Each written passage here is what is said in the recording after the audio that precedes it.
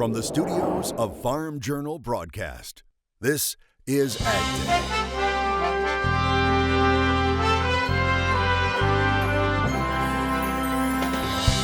Coming up on AgDay. It's the right thing to do. I mean, you don't get to help people all the time. A colorful chemistry lesson that is also making a difference for people in need.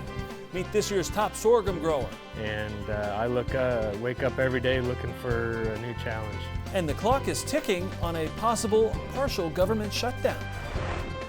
AgDay, brought to you by the Chevy Silverado, the most dependable, longest-lasting full-size pickups on the road.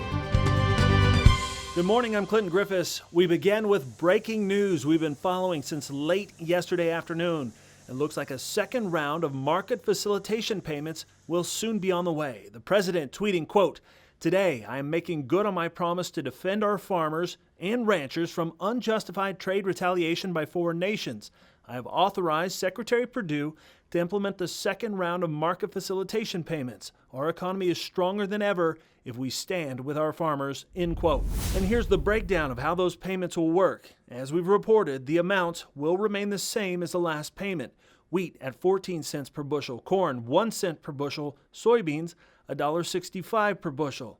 And there you see the rest. We don't know what impact a possible government shutdown could have on these payments. We could be in for a partial government shutdown later this week. That's if a stopgap funding measure isn't approved in time. The deadline, midnight Friday. At the center of the debate, the border wall. The White House insisting that Congress provide $5 billion to build it, despite lawmaker resistance from both parties. White House senior advisor Stephen Millen telling CBS Face the Nation President Trump is holding to his position of doing whatever it takes to build a wall, even if it means a shutdown. Now, the president saying last week he would be proud to have a shutdown to get Congress to approve a down payment to fulfill his campaign promise. But some lawmakers argue the president doesn't have the votes from the Republican-controlled Congress to support funding the wall at that level. A partial shutdown would include the U.S. Department of Agriculture. Inspectors would stay on the job and SNAP payments would continue, but reports and other functions would stop.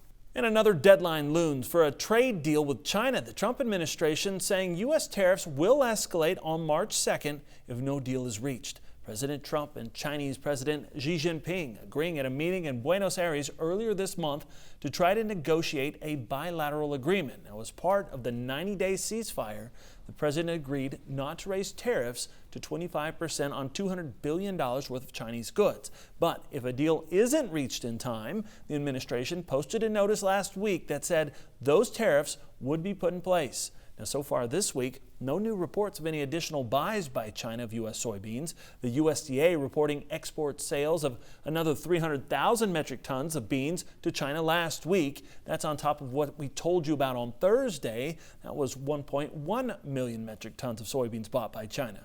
Now, before the tariffs, China was buying 35 million tons. Now to some big shakeups inside the Trump administration. The president naming Budget Director Mick Mulvaney as Chief of Staff. The president tweeting Friday that Mulvaney has done an outstanding job in his administration and would take over next year. Trump deemed Mulvaney his acting Chief of Staff. It was not immediately clear what that meant for the length of his tenure. He will replace John Kelly. The president announcing last week that Kelly would soon be departing. And Interior Secretary Ryan Zinke's leaving the president's cabinet. Zinke's facing some federal investigations into his travel, political activities, and potential conflicts of interest. His last day will be January 2nd. The president saying an announcement about a replacement will be named in the next few days. China is confirming 2 new cases of African swine fever, the latest outbreak happening on a farm of 210 pigs in Yanting County. That's in the southwestern province of Sichuan. It killed 26 pigs. Another case was confirmed in a northeastern province where 24 pigs died. China has reported some 80 outbreaks, or more than 80 outbreaks of the disease since early August. And China's pork prices are likely to climb next year due to tight supplies because of ASF. That's according to Reuters. The head of the Prices Monitoring Center in China says if the outbreak can't be effectively controlled and continues to spread, pork will be in short supply there. He says pork prices might jump in the summer or the second half of next year, and China may have to start buying pork for its state reserves. And we have new information on that E. coli outbreak in romaine lettuce. The California farm recently linked to that outbreak is recalling more produce. Adam Brothers Farming says it's recalling red leaf lettuce, green leaf lettuce, and cauliflower. It was harvested at its facilities in Santa Barbara County between November 27th through the 30th. There's concern it may be contaminated. While none of the recalled products have tested positive for E. coli, the company says it's issuing the recall out of an abundance of caution. The recall covers only produce grown in certain fields. Not all of the company's products are being recalled. Everyone can help out on the farm, no matter their age, right? Well, meteorologist Cindy Clausen shows us in today's crop comments. Good morning, Cindy. Well, Clinton, we have a pretty cute video to share with you this morning. Look at little Owen here. Owen lives in Falls City, Texas. His dad, Brian, says Owen loves tractors and cows, and you can see here, he knows just when those cows gotta be fed. Thanks for sharing this, Brian, and a reminder to everyone to share your pictures from the farm with us on Facebook and Twitter anytime. Let's take a look at the wind speed forecast as we head through the next 24 to 36 hours, and we're going to be starting off with some windy conditions in the northeast and the northwest today, and a little bit as you get towards the Great Lakes. Notice we're going to start to see some breezier conditions down in towards the Four Corners region as well. As we get into the overnight hours, winds will start to spread a little bit further to the east into the high plains and into the northern plains while those winds start to leave the northeast. And as we head through your Wednesday, a storm system really starting to gain some strength will bring some windy conditions to the plains states as well. I'll have much more in your national forecast coming up, but for now, here are some hometown temps. Plan for the unexpected with weather forecast updates. Local forecasts are delivered right to your cell phone each morning, making planning a little bit easier. Just text Weather 6 to 31313 to get started. We're continuing to help you close the books on 2018 with some tax tips. Here's Farm Journal tax expert Paul Neiffer and his thoughts on deferred payment contracts. My number 2 tax tip is definitely take advantage of deferred payment contracts. When you're selling grain right now, between now and year end, sell 3 or 4 contracts where you sell it this year, you've locked in the price, you're going to get paid in 2019. This gives us all the flexibility to bring taxable income up to the number we want it to be in case we need to bring it up. Typically, we're still going to let that income show up in 19, but this gives us a chance to bring it into 18. All right, there's a new top grower of sorghum. The National Sorghum Producers have named Michael Ball of Idaho as the 2018 Yield Contest winner. Now, he took the title of Bin Buster with 219.1 bushels to the acre. AgDay's Betsy Gibbon recently talked to Michael about why he chose to grow sorghum. We're in Idaho. Why did you decide to grow sorghum? I chose to grow sorghum because it's not common around here, and it was something new to try, and it was a new challenge. And I wake up every day looking for a new challenge. Ball, along with winners in other categories, will be honored at this year's Commodity Classic in Orlando on March 1st. China is back to buying U.S. soybeans, but headwinds remain. We'll analyze some of those coming up. And later, kids get creative with the dye, but this is about so much more than making colorful shirts for the holidays. That's coming up in the country. You could win a Ford F-150 Raptor in the Ag Explore Truck Sweepstakes. Enter at trucksweeps.com.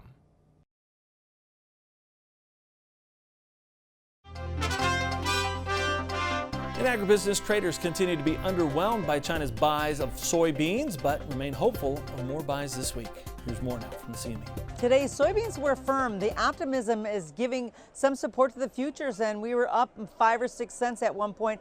There has been very little trade, I would say, compared to what it's been over the last number of weeks, but the market still has been pretty strong. There's the expectation that China will add more bean purchases going forward, and that's been lifting the spirit of traders. And I think that any shorts are starting to cover, and perhaps they're looking for maybe a little spike in the market. Corn was steady today because China is eyeing these purchases, and corn stands to benefit if this continues. Now, that Friday China report that they'll start to import corn in a good faith effort to show that they're going to start moving some of the imports to China and really take some of our supplies off our hands. Now, that's the big hope here. We caught up with Chip Nellinger, Blue Reef Agri-Marketing. And Chip, as we talk about what's going on with this trade issue with China and them being back in the market buying soybeans, what are the headwinds that we still have to face to get over the hurdle here?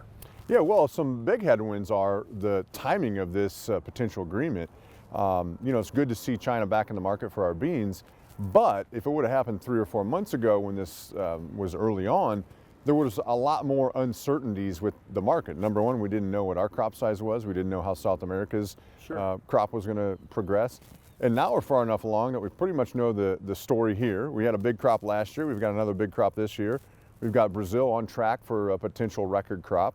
And they're waiting in the wings here 6 to 8 weeks down the road. They're going to be putting beans out on the market. So we've lost a little bit of the power of this agreement.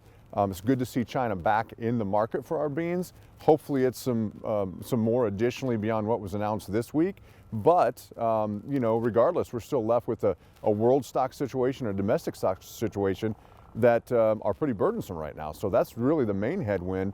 Great to see China back, but we've got a lot of beans to get rid of in the world. Yeah, as we look at our own carryover, and USDA comes out and says we're at 955 million bushels, how long is it going to take to eat through that, and is that a lid on the price? That's definitely a lid on the price, and I think that's the big adjustment. It wasn't that long ago, 2 years ago, we were looking at a stock situation where we had, 20-day supply. Right. And now we're looking at, even if China comes back and takes 2/3 of what the USDA cut back out from their demand, we're still looking at 700+ million bushel carryout. So, it's a different situation. And yes, it's good, and we could maybe rally a little more, but it's not something that's going to take us $2 higher back to where we started this process before the tariffs were announced. Okay, like the chance of getting back to 12 bucks is pretty not, far out. Not without, some sort of a weather problem, a drought situation here this summer. Right. This is going to take several quarters to get flowed through the market, and it's good to have China potentially back, on the demand side here, but it's a different situation. A lot of beans to get rid of. All right, appreciate it. Thanks, Chip. We'll be back with more Ag Day here in just a minute. Farming has changed. Markets are riskier than ever. For customized, focused commodity marketing, contact Chip Nellinger or Adam Dreyer at 309-550-7213.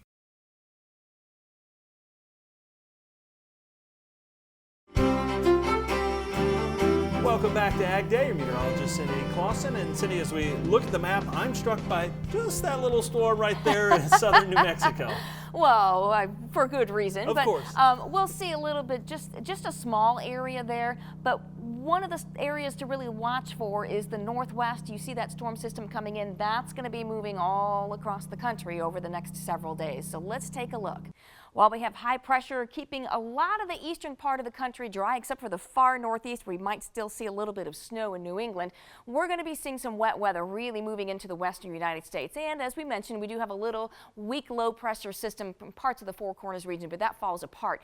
This front will start to move into the northern high plains, eventually the northern plains. We're also going to see the development of a low pressure system out in the Gulf. That's going to bring some moisture in. You're going to really see that moving into the north when we start to kind of join forces between this system in the plains and then the Gulf moisture that's coming up. So as we get through our day on Wednesday, see that low moving off to the north, we start to gain a little strength from our system that's moving through the central part of the country, and then we'll start to really see that moisture spread further to the east as we head into Wednesday night and Thursday and Friday, where we start to see much more wet weather in the eastern part of the country from these systems.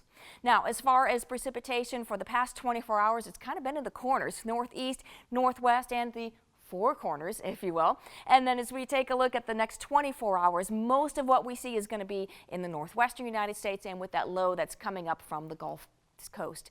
Now, snowfall estimate, you can see what fell in the past 24 hours in the northeastern part of the country. It's been a snowy day there, but we're going to add to that, especially in the northwestern parts of the country in the higher elevations. Temperature-wise, a lot of these temperatures are warmer than what we've been seeing recently, so we're enjoying some milder weather for a change. Heading into the overnight hours, we start to see those temperatures dropping down into the 30s. This is a lot better than what we've seen over the past few weeks, where we've seen a lot of those temperatures getting down into the teens. So much more mild air in place, at least for now. And then as we get into tomorrow, temperatures for most areas will be pretty similar, with 30s and 40s in the north and basically 50s, 40s, 50s, and even getting into the 60s far south. As far as the jet stream goes, we have a trough that's moving through the central part of the country. You're going to see that being amplified. And then watch that go through the eastern part of the country. Look at this there. We see a bit of a cutoff, but we're going to see some stormy weather for travelers right before Christmas, especially in the eastern part of the country as we get into Friday, Saturday, and Sunday. Beyond that, we get a little bit more of a zonal flow for a few days as we get into the early part of next week. That's a look at your national forecast. Now let's check out the weather where you live. Council, Idaho, rain likely for you today with a high of 40 degrees. Big Eagle Grove, Iowa, sun to start, but clouds will be on the increase today with a high of 45. And Waverly, Ohio, some morning fog, otherwise becoming mostly sunny. A tough year for the dairy industry, and new numbers from the Wall Street Journal are helping to put it in perspective. Next. Milk producers know this. Prices are down about 40% from a 2014 peak that encouraged many farmers to expand their herds. Now the Wall Street Journal is taking a closer look at the industry. It says about 1.4 billion pounds of American, cheddar, and other kinds of cheese are socked away at cold storage warehouses across the country. And dairies are going out of business as prices crash. It reports more than 600 dairy farms have closed this year in Wisconsin alone. Cheese exports have suffered since Mexico and China instituted retaliatory tariffs on U.S. cheese and whey. Cheese shipments to Mexico in September were down more than 10% annually. That's according to the U.S. Dairy Export Council trade group. Shipments to China, they were down 63% annually. Oregon could soon have some of the toughest dairy regulations in the nation. Farm Journal's Milk reporting 2 bills would apply to large dairies, those with more than 2,500 cows or herds with more than 1,000 animals that don't have access to seasonal pasture. Both bills would declare these types of dairies as industrial operations, and that means more oversight. The bills are in response to controversy surrounding Lost Valley Farm. It's the second largest dairy farm in Oregon, and it's the subject of several notices from the Oregon Department of Agriculture for improper waste management practices. Christmas? Well, it's about so much more than red and green. How this group is bringing out more colors to celebrate the season for a good cause. Next. In the Country, sponsored by Kubota. Discover the power behind the M6 series at Kubota.com or visit your local Kubota dealer today. Tennessee 4-Hers are always active with service projects during the holiday season, and in one community this year, they're using creativity to help those in need. The teens are making colorful t-shirts for other youth. Charles Denny shows us their flair for passing on holiday happiness. Red and green are your signature holiday colors, but why stop there? Here, if you can paint it, you can give it. A tie-dye Christmas. These Cheatham County 4-Hers, like Kiera Campbell, give their time making the shirts, which will go to a good cause. So you spread the holiday cheer, and some people aren't as fortunate as we are, and they might not have enough for Christmas, especially the little kids. The shirts will be donated to Christmas Anonymous, a local charity that serves needy families. 4-H has teamed with the local Civitan Club the past 20 years to help this organization. And last year, the kids made nearly 100 shirts. The goal this year is to top that number. The 4-Hers came together for a mass tie-dye session. They blend the inks to color someone else's world. And by us having this event, kids can have what they want for Christmas, and parents can come out and just sort through all the stuff we have. It's the right thing to do. I mean, you don't get to help people all the time. It's a good opportunity. UT and TSU Extension agents lead the group, encouraging these youngsters to learn that no matter your age, you can still help others during the holidays. When I go into a school and I see a kid wearing maybe one of those shirts that we've tie-dyed that looks familiar, I think it makes it special to know that you've reached someone some way. There's even the science behind tie-dyeing. Call it a colorful chemistry lesson. So over the years, we've kind of perfected it, and we start by soaking the shirts in a soda ash, kind of reduces the pH and neutralizes the fabric. And then we have experimented with different dyes, but the best dyes we found we can buy on Amazon. They're relatively expensive, but they go a long way. As the club meeting ends, kids unravel their shirts, and there's your creation, part of a wardrobe that pops visually, giving the gift of color. Certainly one way to brighten someone's holiday season. This is Charles Denny reporting. All right, thanks, Charles. And that's all the time we have this morning. We're sure glad you tuned in. Spend part of your day with us. From all of us here at AgDay, I'm Clinton Griffiths. Have a great day.